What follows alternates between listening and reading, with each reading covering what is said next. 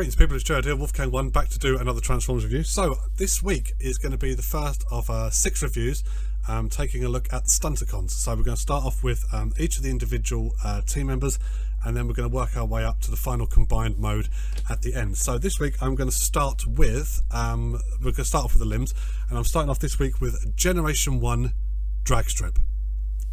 Okay, so here is Dragstrip in his alt mode. Apparently this is a real life vehicle. I didn't know that. I just thought they were taking the piss. Apparently he transforms into a Tyrrell P34, which was apparently one of the most recognisable Formula 1 cars in the world. I've never seen one. That's not to say they don't exist. I've just never seen one with my own eyes. I dare say someone will link me to a video on YouTube where one is showcased or whatever. Please don't do that. I'm not that interested. And I thought I'd start off with the what I would call the most basic of the group, i.e. the shittest one, which just happens to be Dragstrip here. Let's have a look at some of the things that he came with first of all. He came with this huge double barrel blaster thing which attaches to the back of the car for his attack mode, which, as you might guess, ladies and gentlemen, looks fucking ridiculous. Looks like a piece of shit.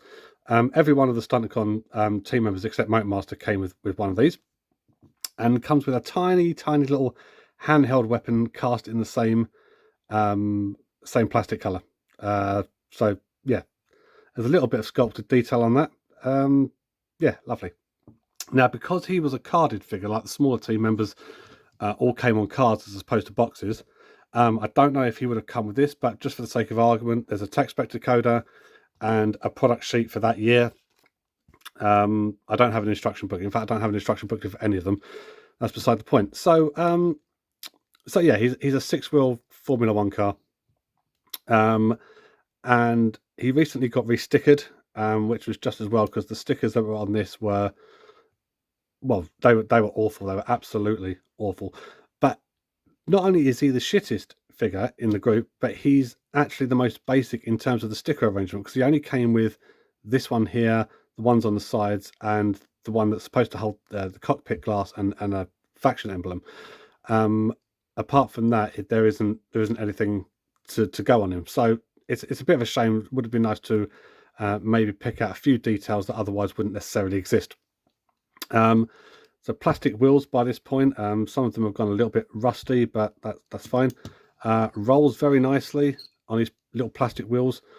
And it's a shame that in particular, well, I say in particular, in terms of the special teams like this one, it's just a shame that the figures that form the limbs were so small, because the cartoon media had them going up against the normal sized Autobot cars and things like that.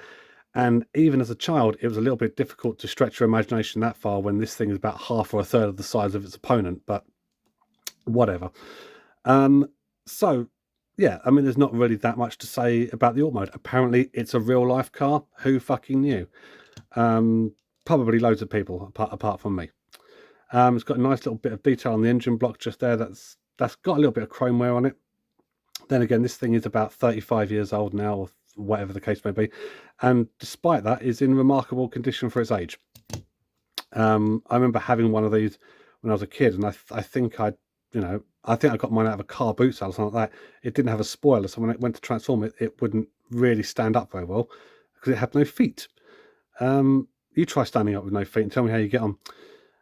So to transform this guy, these limb reviews are going to be like sort of quite short, because there is nothing really to say about it. In fact, you know what? Before we get to the transformation, let's give him his attack mode. So plug that into the back of the car, just like that. And there we are. Shit attack mode part 1. Would have been nice if they'd incorporated these into the cartoon media, but they didn't, as far as I'm aware. Yeah, there are others in the team where this doesn't look as ridiculous, but it's still not encouraging. This is by far the one where it really just doesn't work. It doesn't work. But he's also the only one that's able to store his robot weapon in alt mode because of the way he's supposed to hold it. So yeah, double attack mode for Dragstrip here. But that's still not enough. Oh, for God, do you know what? It goes in that hole, basically. It's still not enough really to save what is otherwise just like an absolutely ridiculous looking option. So let's take that shit off like that. And then we're going to get to the transformation. So the transformation for this guy is about 2 steps. It's not difficult, or 3 steps. Basically, pull up the engine block like that, and then fold it back round into what would be the chest compartment. Separate the back of the car like this. Lift up the spoiler, which will form the feet that I mentioned earlier. Stand him up, and then bring back the nose cone of the vehicle and the cockpit section, and just fold it to the back. And there is Dragstrip in his robot mode. You can move his little arms forward if you wanted to, and that's it. There's not really that much to say about him. Articulation wise, the arms will go around about to there because of his backpack getting in the way, and because his hands are so small, he holds his little gun in his forearm like that. So yeah, that's Dragstrip, ladies and gentlemen. As I said, I thought I'd start with the shittest one because there's not really any redeeming features to be said about this figure at all. There's a little bit of sculpted detail in his head. Face is all painted blue. Some of the paint chipping off. Whatever. It's fine. Yeah, that's it. It doesn't even stand up very well. Stand up, you cunt. Or don't. It's up to you. Just stay there. Don't move. Yeah, that's Dragstrip, ladies and gentlemen. He serves a purpose, I think, is probably about as much as I can say about him. And ultimately, his purpose will be to serve as an arm. Incidentally, I'm going to be attaching the Stunticons as they would have been in their in the cartoon mode and how it shows it in the guide. But the whole point about the special teams was you was supposed to be able to swap out the arms and legs and put them in any configuration you want. I'm just going to go for the bog standard configuration because it's what everybody knows and what everybody expects. So yeah, this is Dragstrip in his dubious robot mode, and that's about as much as I can say about him, other than the fact the cunt won't stand up. That's fine. So you just lay on your back and that's fine.